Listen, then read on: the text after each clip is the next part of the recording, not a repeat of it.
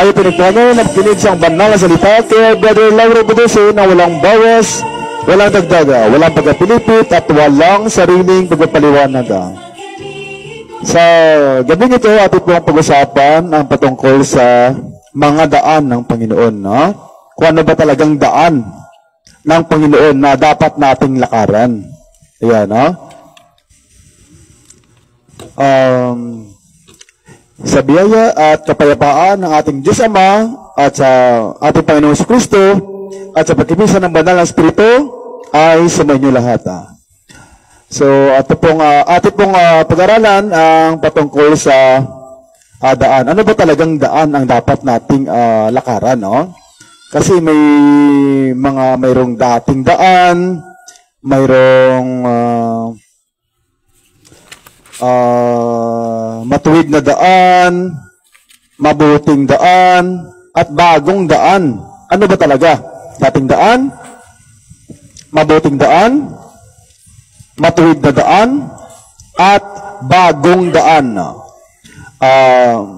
Kasi sa dating daan, no, si brother, no? Pero ang pinapauna ko na wala tayong layunin na manakit ng damdamin o manira ng sinuman, kundi ating po itong pag-aralan, no? Hindi lang yung nakikinig kayo, kundi ating ring pakinggan ito.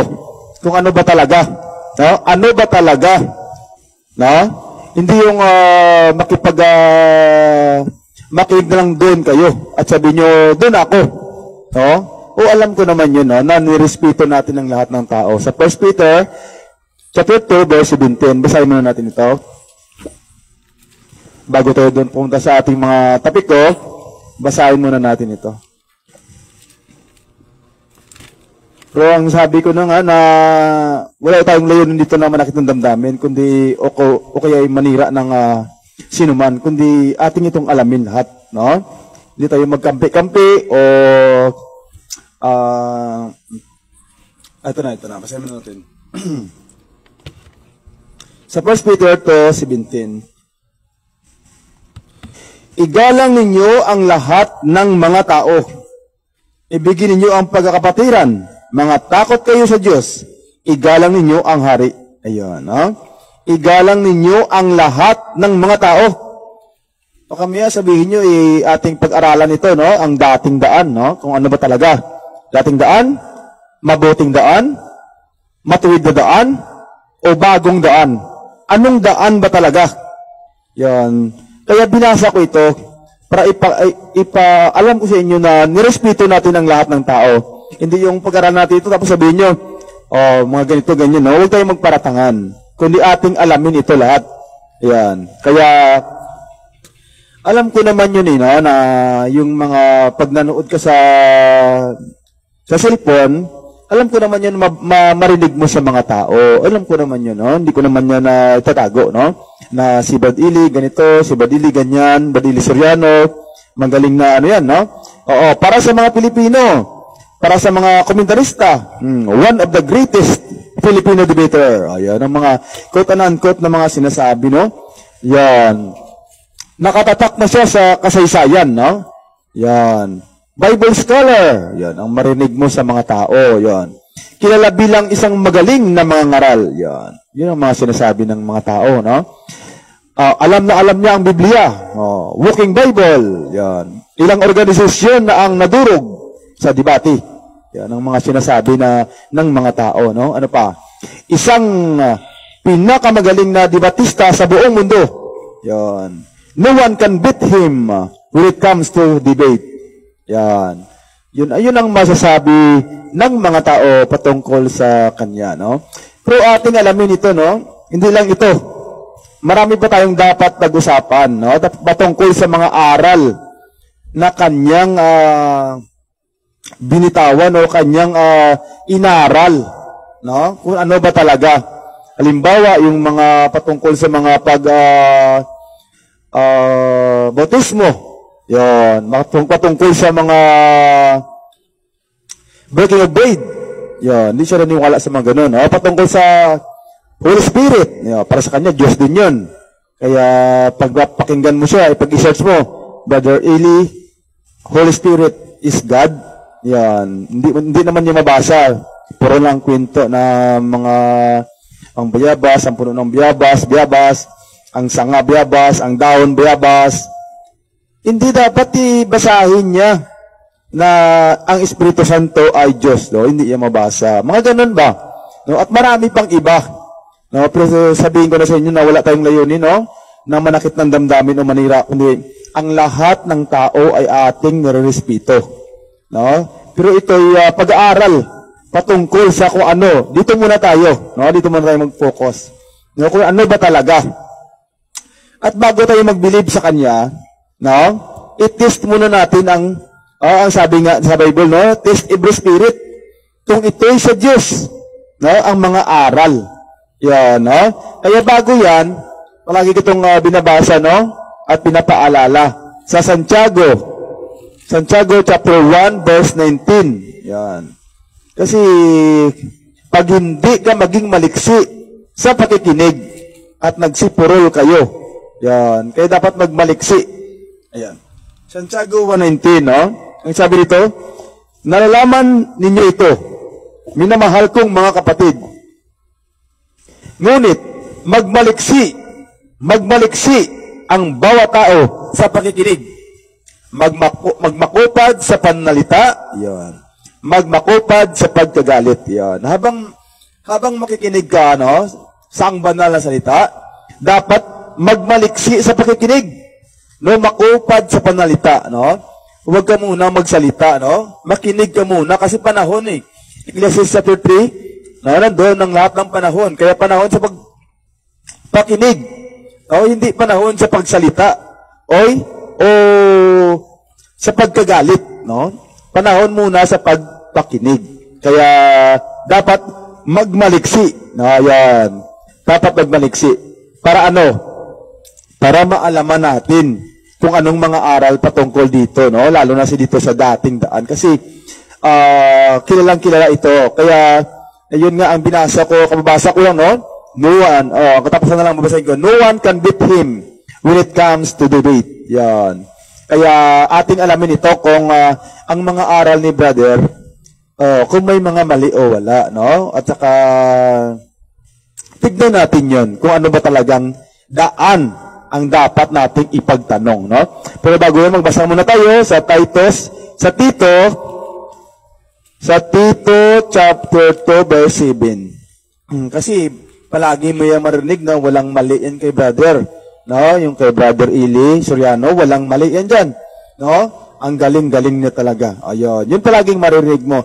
Pero titignan natin yan, ating titignan yan kung mayroon ba talagang mali o wala. Pero bago yan, basahin mo natin sa Tito, chapter 2, verse 7. Sa lahat ng mga bagay, ay magpakilala kang ikaw ay isang uliran sa mabubuting gawa at sa iyong aral ay ipakilala mo ang walang kamalian, ang kahusayan. Yan. No? Ulitin ko. Sa lahat ng mga bagay ay magpakilala kang ikaw ay isang uliran sa mabubuting gawa at sa iyong aral ay ipakilala mo ang walang kamalian, ang kahusayan. Yan. No? Dapat ipakilala mo ang walang kamalian, ang kahusayan. Yan. Ha? Kaya, ano pa? Sa 1 Timothy, bago tayo punta doon, ha? Oo. Bago tayo punta doon. Binabasa ko lang dapat pala walang kamalian. Halimbawa, no? Mali-mali yung mga aral. Ayun, hindi pwede yun. Walang gayon, no? Hindi pwede ganon. Sa 1 Timothy chapter 6, verse 3 to 5. Kung ang sinumay, walang exempted, no? Kung sinumay, nagtuturo ng ibang aral at hindi sumasang-ayon sa mga salitang nakagagaling, sa makatuwid ay sa mga salita ng ating Panginoong Hesukristo at sa aral na ayon sa kabanalan. Ang gayon, Ang gayon ay palalo. Walang nalalamang anuman, kundi may sakit sa mga usapan at mga pagtatalo, sa mga salitang pinagbubuhatan ng kapanaghilian, mga pagkakaalit, mga pag-alipusta, mga masamang akala. 5. Pagtataltalan ng mga taong masama ang pag-iisip at salat sa katotohanan na nagsipag-akala na ang kabanalan ay paraan ng pakinabang. Datapat, ang kabanalan na may kasiyahan ay malaking kapakinabangan. Yan, ha? Kaya ang sabi rito, kung ang sinumay nagtuturo ng ibang aral, no? Iba. Yon, at hindi sumasang-ayon sa mga salitang nakagagaling. Sa makatwid ay sa mga salita ng ating Panginoong Jesucristo at sa aral na ayon sa kabanalan. Yun, kung hindi naman nakaayon sa salita ng ating Panginoong Jesucristo, yun, ang gayon ay palalo. Yan, kung sino man. Ayun, kung sino man. No? Ayon sa Biblia. Yan. Hindi ko naman sinasabi rito na sinong palalo eh.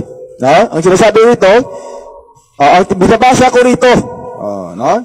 Ulitin ko, kung ang sino man nagtuturo ng ibang aral at hindi sumasang-ayon sa mga salitang nakagagaling, sa makatwid, ay sa mga salita ng ating Panginoong Jesucristo at sa aral na ayon sa kabanalan, ang gayon ay palalo. Walang nalalamang anuman, kundi may sakit sa mga usapan at mga pagtatalo sa mga salitang pinagbubuhatan ng kapanagilian, mga pagkakaalit, mga pagalipusta, mga masamang akala. Yan. Ano pa?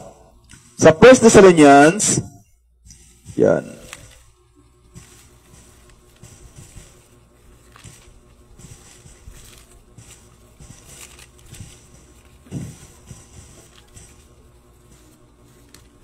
Chapter 2, verse 3-4. Kasi palagi may marinig palagi, no, na walang kamalian, no? Lalo na kay brother, no? Pero ito, basta isa na lang muna, no? Ito. Sapagkat ang aming iniaaral ay hindi sa kamalian, ni sa karumihan, ni sa pagdaraya. Yan, walang aral na mali si brother, sabi niya. Nga binabasa niya rin ito palagi. Kundi kung paanong kami minarapat ng Diyos upang pagkatiwalaan kami ng Ebanghelyo, ay gayon namin sinasalita. Hindi gaya ng nangagbibigay lugod sa mga tao, kundi sa Diyos na sumusubok ng aming mga puso. Yan. Kaya sabi dito, sapagkat ang aming iniaral ay hindi sa kamalian. No, binabasa rin ito ni brother eh. Ang aral niya ay walang kamalian. Yan. Pero i-prove natin kung may mali ba talaga o wala. Yan, ha? Kaya, basahin natin sa Hub. Ito, no? Bago tayo punta doon sa ating aral. Ito na lang, no?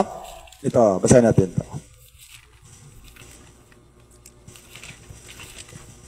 Sa Hub chapter 6, dapat i-prove, no? Kasi, hindi pa naman pwede nga sabihin walang kamalian. Tapos, hindi pa nga na-prove, i-prove muna kung may mali o wala. Ayan. Sa Hub chapter 6, verse 25-26.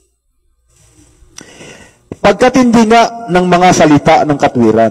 Yan, pagkatindi nga, no? Ngunit, anong sinasaway ng iyong pakikipagtalo? Iniisip ba ninyong sumaway ng mga salita? Dangang, ang mga salita ng walang inaasahan ay parang hangin. Yan. Dangang, ang mga salita ng walang pruweba, walang inaasahan, no? Ay parang hangin. Kaya pag wala kang proof dyan, yung proof dyan, parang hangin lang ang sinasabi ng isang tao. Kasi hindi niya kayang i-prove eh. Yan. Na? Ulitin ko, pagkatindi nga ng mga salita ng katwiran. Ngunit anong sinasaway ng iyong pagkikipagtalo? Dangang, ang mga salita na walang inaasahan ay parang hangin. Ayan. Kung di mo kayang i-prove, parang hangin na yung sinabi mo. Yan, ha? Kaya, ito. Ano ba talaga, no? Dating daan? Mabuting daan? Matuwid na daan? O bagong daan? Yan. Pero bago tayo punta doon, no? Bago tayo punta, magbasa muna ako ng mga nanonood, no? Sandali lang.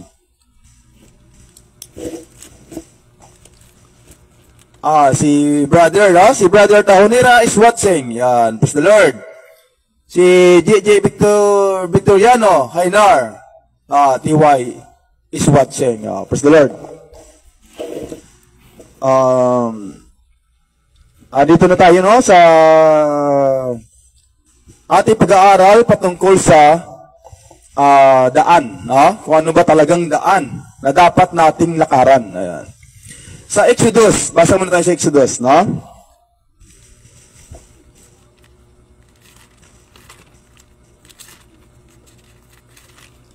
Sa Exodus 18, verse 20. Kapisa natin dito.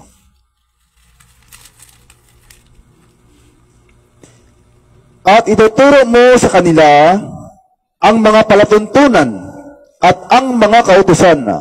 At ipakikilala mo sa kanila ang daang nararapat lakaran at ang gawang kanilang nararapat gawin. Yan. No?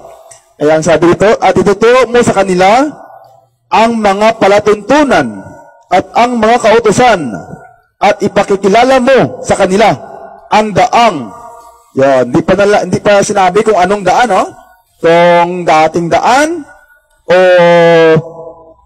mabuting daan, matuwid daan o bagong daan. Basta sinabi pa lang dito sa ating mga pagbasa mula sa Exodus, no? Daang nararapat lakaran na. Yun, no? Ayun ang gusto ng Panginoon na ituro. No? Ituro sa kanila ang mga palatuntunan at ang mga kautusan. At ipakikilala mo sa kanila ang daang nararapat lakaran. Yan. Ano pa? Sa awit 143.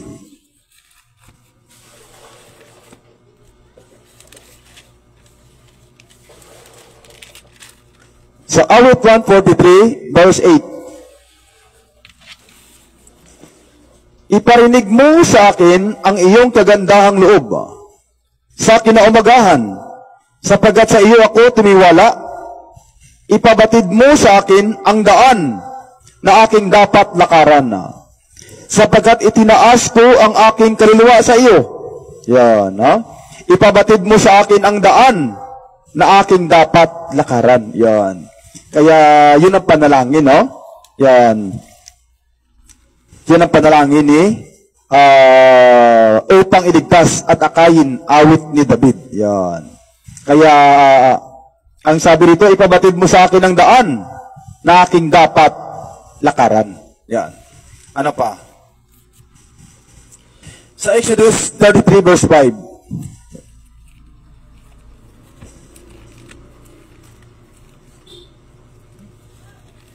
Exodus 33 verse 5. At sinabi ng Panginoon kay Moses, sabihin mo sa mga anak ni Israel, kayo'y isang bayang may matigas na ulo. Kung ako'y sumampa sa gitna mo na sandali, ay lilipulin kita, kaya't ngayoy, alisin mo ang iyong mga pahiya sa iyo upang aking malaman kung anong aking gagawin sa iyo. Yan. Sandali, no? Yan.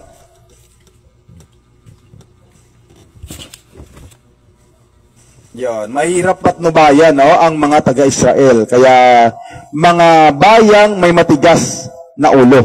Kaya, ang sinabi ng Panginoon kay Moises, sabihin mo sa mga anak ng Israel, ay isang bayang may matigas na ulo. Kung ako'y sumampa sa gitna mo, na sandali, ay lilipulin kita. Kaya't ngayon, alisin mo ang iyong mga pahiya sa iyo upang aking maalaman kung anong aking gagawin sa iyo. Yan. Ano pa? Sa awit 27 verse 11.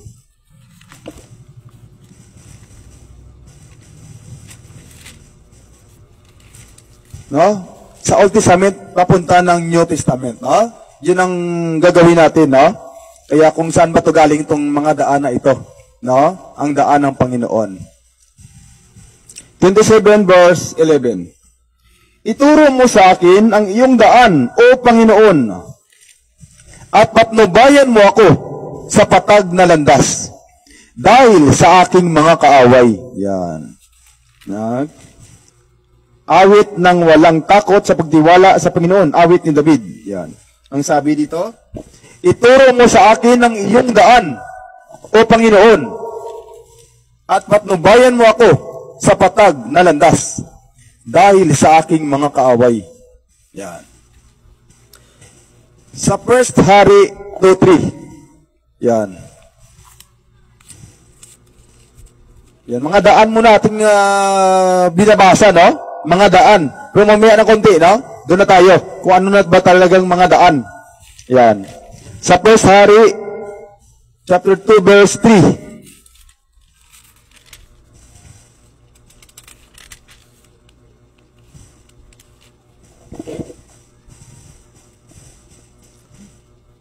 At iyong ingatan ang bilin ng Panginoon mong Diyos na lumakad sa kaniyang mga daan, na ingatan ang kaniyang mga palatuntunan, ang kaniyang mga utos, at ang kaniyang mga kahatulan, at ang kaniyang mga patutuo, ayon sa nasusulat sa kautusan ni Moises, upang ikaw ay guminhawa sa lahat ng iyong ginagawa at saan ka man pumihit. Yan. No? Ang sabi rito, at iyong ingatan ang bilin ng Panginoon mong Diyos na lumakad sa kaniyang mga daan. Yan. Na ingatan ang kaniyang mga palatuntunan. Yan, ang kaniyang mga daan, no? Puro lang daan muna ang ating binabasa, no? Yan. Kaya ating mamaya, no? Mamaya ng konti. Babasahin natin yung dating daan, mabuting daan, matuwid na daan, at bagong daan. Ano ba talaga? Yan, no? Yan. Magbasa pa rin muna ako, sandali lang. Kaya si Jeric Buduso is watching. Praise the Lord, no? Thank you, Lord. Kaya, nandito na tayo, no? Magbasa tayo sa Jeremias 6:16. Ito yung basihan ni brother kung bakit daw, no? Bakit daw mayroong dating daan. Tignan natin dito sa kanyang basihan, no? Ito ang nakalagay sa kanyang programa. Ayun, no? Na dating daan. Ayun. Dito natin yun kung mayroon nun. Sa Jeremias 6:16, nakalagay kasi sa programa, dating daan, Jeremias 6:16. Tignan natin kung mayroon doon dating daan. Yan. Jeremias 6:16. Kasi pag si brother nga ang magsawata sa mga tao, sa mga nangangaral, grabe talaga pag napakinig ka sa kanya. Yan, no? Talagang saway talaga ng may kabagsikan, no? Kaya atin dito, alamin natin, hindi naman yung puro lang kabagsikan, no? Ating alamin ang mga aral patungkol dito sa kung anong daan ba talaga ang daan ng Panginoon. Ayan. Ito yung basihan ni brother, no, sa dating daan na kanyang programa. Tignan natin kung mayroon ditong dating daan. At bago yan, no, pakinggan muna natin si brother, no? Basahin ko muna ito habang tinitignan niya na ng sandali lang. Basahin ko muna. Ganito ang sabi ng Panginoon. Ang nagsalita dito ang Panginoon. Tapos kung basahin ito, pakinggan natin si brother kung paano niya basahin ito. No? Ipabasa natin sa kanya. No? Nung buhay pa siya, no? Ipabasa natin sa kanila kasi may kasama siya doon, eh. Kaya pakinggan natin sila, no? No? Pero bago yan, ako muna magbasa. Ganito ang sabi ng Panginoon. Magsitayo kayo sa mga daan at magsitingin kayo at ipagtanong ninyo ang mga dating landas kung saan nandoon ang mabuting daan. Kung saan nandoon ang mabuting daan at magsilakad kayo roon at kayo'y makakasumpong ng kapahingahan sa inyong mga kaluluwa. Ngunit kanilang sinabi, hindi kami magsisilakad doon. Bakit? Kasi pinapatanong ang mabuting daan. No? Kaya ayaw nila magsilakad. Pero bago natin ulitin basahin ito, pakinggan muna natin si brother kung paano niya basahin, paano niya baybayin at basahin ito, yung Jeremias 6:16. Okay.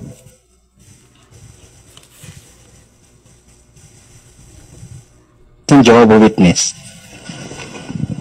Magandang gabi po, Brother Daniel, Brother Eli. Nagpapasalamat po ako at isa po ako sa napili na magtatanong ngayong gabi. Ang aking pong tanong ay, ang dating daan ay nilakaran daw po ng masasamang tao. Salamat po. Sabi yan ng kaaway ng tao ng Diyos. Ang may sabi nun, na ang dating daan, nilakaran ng masamang tao, yung kaaway ng tao ng Diyos. Yun ang may sabi. Alam mo, hindi lahat ng nakasulat sa Biblia, kukunin mo at i-apply mo na para bang salita ng Diyos. Salita yun ni Elipas, no? Kaibigan ni Job yun, si Elipas na Timanita. Siya ang nagsasalita sa Kapitulo 22 ng Job. Basahin natin ang 22:1 ng Job, kapatid na Daniel. Nang magkagayoy, sumagot si Elipas na Temanita at magsabi, mapapakinabangan ba ang tao ng Diyos? Tunay na siyang pantas ay nakikinabang sa kanyang sarili. Ang sabi ni Elipas kay Job, mapapakinabangan ba ang tao ng Diyos? Para lumalabas kay Elipas, ang Diyos walang pakinabang sa tao. No? Tapos, kung pagpapatuloy niya, pagdating sa versikulo 15, sabi niya, iyo bang pagpapatuluyan ang dating daan na nilakaran ng mga masamang tao? salita ni Elipas yan, di salita ng Diyos yan. Sabi ni Elipas kay Job, pagpapatuluyan mo ba ang dating daan na nilakaran ng mga masasamang tao? Ibig sabihin, para kay Elipas, si Job nasa dating daan. No? Sabi niya, magpapatuloy ka ba dyan sa dating daan na nilakaran ng masasamang tao? Yun ang sabi ni Elipas kay Job. Ibig sabihin, by logic, si Job nasa dating daan. Na ang akala ni Elipas, masasamang tao ang lumalakad sa dating daan. Akala ni Elipas yun. Pero pagkatapos ng maraming diskusyon, pagkatapos ng maraming palitan ng kuro-kuro ng tao, nagsalita ang Diyos ngayon. Alam mo kung anong salita ng Diyos? 42:7 ng Job, kapatid na Norma. At nangyari na pagkatapos na masalita ng Panginoon ang mga salitang ito kay Job, sinabi ng Panginoon kay Elipas na Temanita, ang aking puot ay nag-aalab laban sa iyo at laban sa iyong dalawang kaibigan, sapagkat hindi kayo nangagsalita tungkol sa akin ng bagay na matuwid, na gaya ng ginawa ng aking lingkod na si Job. Ayan, sabi ng Panginoon kay Elipas, ang aking puot nag-alab laban sa iyo. Galit ako sa iyo, ibig sabihin ng Diyos kay Elipas. At laban sa iyong dalawang kaibigan. Bakit? Sapagkat hindi kayo nangagsalita tungkol sa akin ng bagay na matuwid. Ang pinagsasabi pala nitong si Elipas, puro katarantaduhan. Siya may sabi nun na ang dating daan nilakaran ng masasamang tao, si Elipas, hindi salita ng Diyos yun. Bandang huli, sabi ng Diyos, wala kayong sinabi mabuti. Puro kagaguhan ang pinagsabi nyo. Hindi kayo nagsalita tungkol sa akin ng bagay na matuwid. Sabi ng Diyos kay Elipas. Kaya yung salita na yung kapatid,